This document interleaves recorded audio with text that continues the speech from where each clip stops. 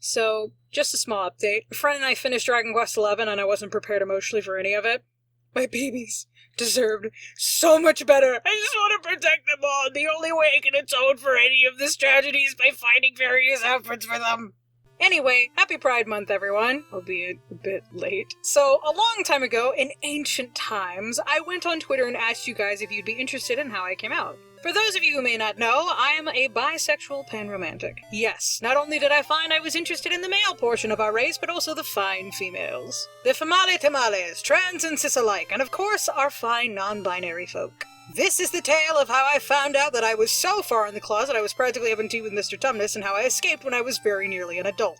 So, this actually goes all the way back to when I was 8 years old. When I was a kid, I had a set schedule. Go to bed at 9, wake up at 6:30, get ready, and then watch the news with my dad or Crappy until it was time to go to school at 7:10. Side note, I would get to school so early that it would always be really empty. Being in an empty school is terrifying. I would also be in classes that were closest to the parking lot. Anything could have happened, especially since the middle school I went to was known for having a gang in the area. And that's why we weren't allowed to wear black, even on days where we didn't have to wear the uniform. Honest to God, I have no idea how I've survived this long. It's just been sheer luck. Anyway, on the news there was a report about Obama talking about how he wanted to make gay marriage legal, and of course, as a small child, I did not know what that meant, so I did what every kid does and turned to my dad and asked, "Papa, what does gay mean?" And I honestly think his answer shaped my entire perception of the LGBTQA+ community.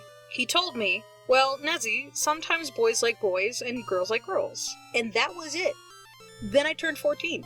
Yes, it was instant. Nothing happened in those 6 years. Absolutely nothing totally embarrassing happened that keeps me up at night even as a 20-year-old woman. But seriously, this is the age I started to get more in tune with myself. I was very sheltered as a kid, but this was the age where I started to curse, found out about stuff that is not safe for work, and venturing forth on the internet, where there was more stuff that was not safe for work. This is also the age I found out about yaoi. I found it on accident! I was just trying to look up music and I saw one of those EMVs and I thought it was about a boy and a girl, and then I saw a clip of them both wearing boys' school uniform, and then I thought it was like Oran Host Club, and then I checked the description and discovered Seiki and Chihatsuko and I liked it. I may not seem like the type, but I'm a huge romantic. I love couple stuff sometimes. Give me that fluff, baby! By the way, I know that yaoi has been controversial lately, and I just want to say, I don't get it. I don't view gay or straight couples differently, and I think people need to separate porn and real life. Like, yeah, don't be an ass and walk up to a random couple and ask them to make out for you to get your rocks off, but at the same time, don't walk up to a random pizza guy and expect him to fuck you.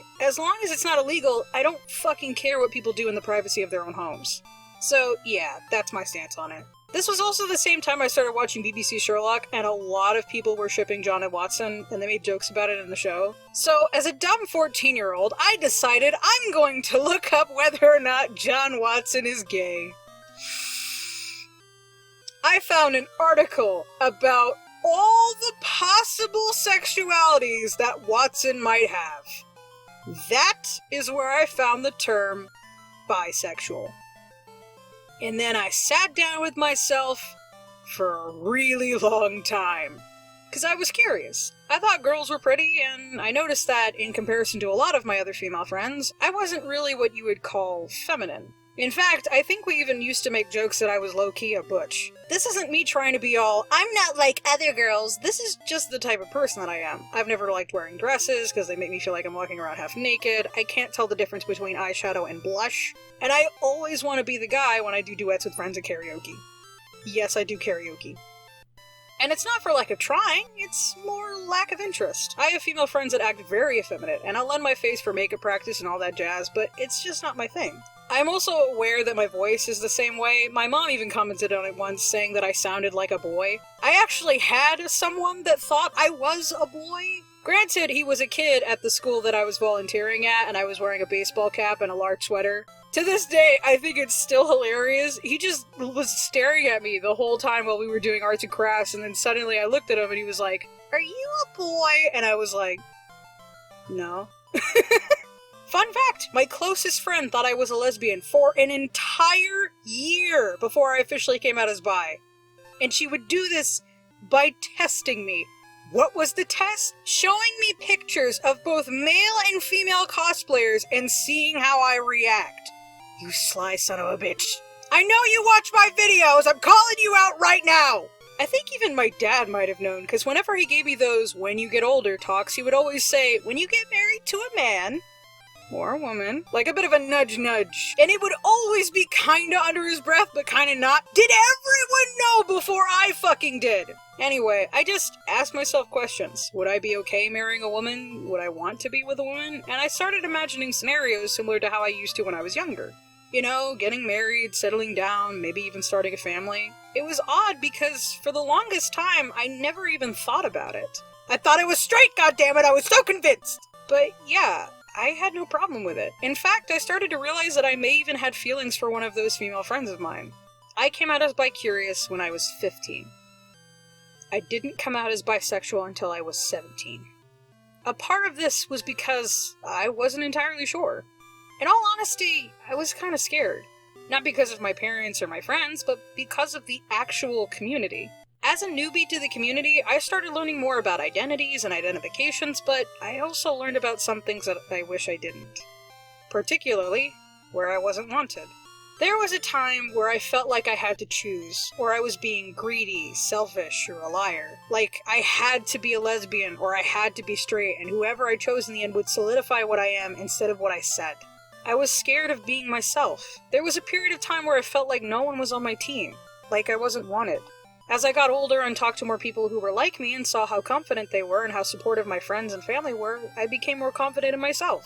I do like men and women, trans and cis alike, and of course the lovely non-binary people as well. And I've been this way ever since.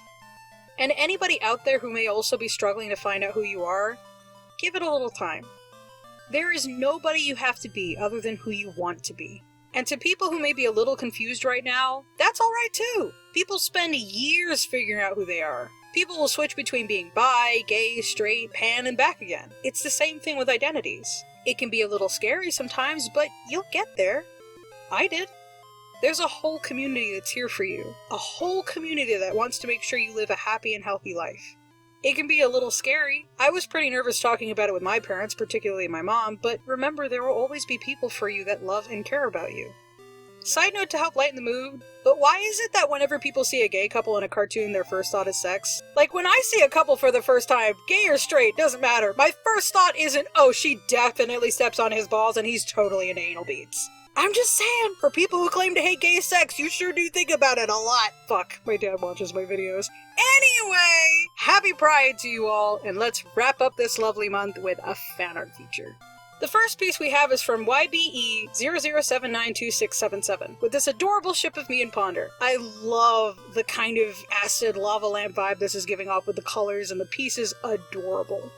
The second piece is from Bergodi of me and Madlibs, my Animal Crossing wife. I love the cartoony style and the sly reference to the cognitive rhythms that we endured in our collab together.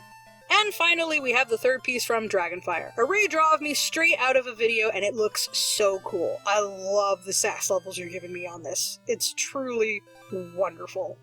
Anyway, happy Pride Month, everyone. I hope you all enjoyed the video, and I'll be seeing you in whatever the hell pops up next. Bye!